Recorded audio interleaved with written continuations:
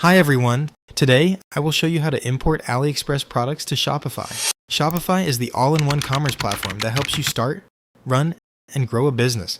You can grab the link to this tool in the description below if you want to follow along. So with that, let's get started. First, go to your Shopify sidebar and click Apps. Search for de-essers and hit Enter.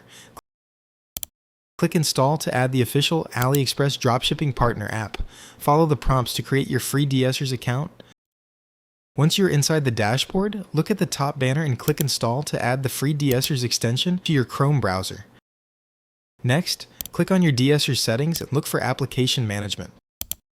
Find the AliExpress card and link your account so de-essers can automate your orders later.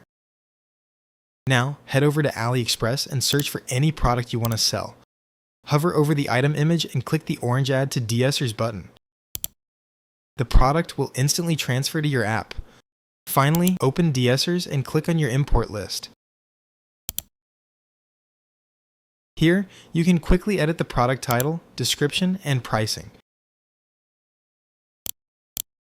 When you are ready, click Push to Shopify, check the box to publish, and hit Confirm.